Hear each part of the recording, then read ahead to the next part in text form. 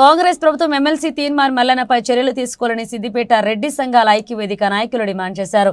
సభా వేదిక ద్వారా ఎమ్మెల్సీ తీర్మాన్ మల్లన్న రెడ్లపై చేసిన అనుచిత వ్యాఖ్యలపై ప్రభుత్వం చర్యలు తీసుకోవాలని డిమాండ్ చేస్తూ సిద్దిపేట జిల్లా కేంద్రంలోని అంబేద్కర్ విగ్రహానికి వినతి పత్రం అందజేశారు.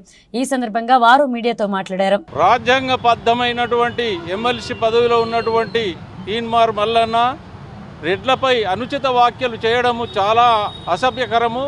ఆయన వెంటనే ప్రభుత్వం చర్యలు తీసుకొని ఆయనను సస్పెండ్ చేసి క్రమశిక్షణ చర్యలు తీసుకోవాలని చెప్పి ఈ సందర్భంగా ప్రభుత్వాన్ని కోరుతున్నాం, డిమాండ్ చేస్తున్నాం. ఎందుకంటే రెడ్లు అనేది ప్రతి గ్రామంలో రెడ్లు అనేది ఉంటుంది. రెడ్లు లేకుండా ఎప్పుడు కూడా వ్యవస్థ నడవలేదు. కానీ రెడ్ల మీద ఆయనకు ఎందుకు అంత అక్కసు?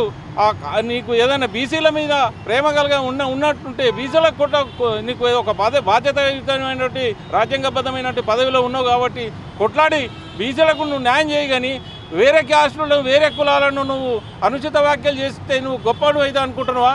రాబోయే రోజుల్లో నీకు తగిన గుణపాఠం తప్పదని చెప్పి ఈ సందర్భంగా సిద్దిపేట రెడ్డి జిల్లా జేఏసీ పక్షాన డిమాండ్ చేస్తున్నాం.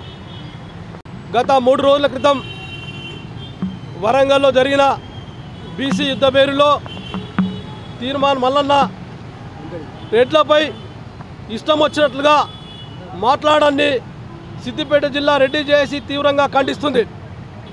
అనవసరం విషయాలలో రెడ్లపై ఇష్టం వచ్చినట్టు మాట్లాడడం జరిగింది. రెడ్లను కించపరిచిన విధంగా స్పష్టంగా ఈ రాష్ట్రంలో ఉన్న 4 కోట్ల మంది ప్రజలకు గమనిస్తున్నారు. ఇవాళ ఒక రాజ్యాంగపరమైన బద్ధమైన పదవిలో ఉండి ఇష్టం వచ్చిన మాట్లాడడం ఇది మంచిదని అడుగుతున్నాం. అదేవిధంగా ఈ కాంగ్రెస్ పార్టీలో ఉన్న తీర్మాన్ మల్లన్నను ఎందుకు సస్పెండ్ చేయాలని అడుగుతున్నాం. అదేవిధంగా ఇలా ఎమ్మెల్సీ పదవి ఎన్నికలలో రెడ్డిలు ఓట్లేదని అడుగుతున్నాం. అన్ని వర్గాల వారు మద్దతులో గెలిచిన తీర్మాన్ మల్లన్న మాట్లాడడం బాధాకరం. అదేవిధంగా గతంలో కూడా అనేకసార్లు రెడ్లపై విషం కక్కినట్లు ఇష్టం వచ్చినట్లు మాట్లాడడం జరుగుతుంది.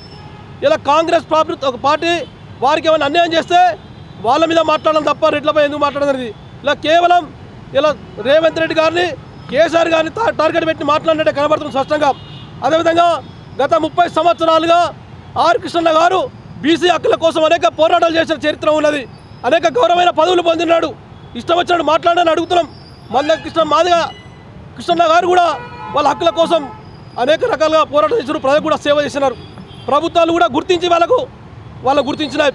అదేవిధంగా మీరు కూడా మీ హక్కుల కోసం కొట్లాడండి. ఎవరు కూడా ఏమీ కాదను.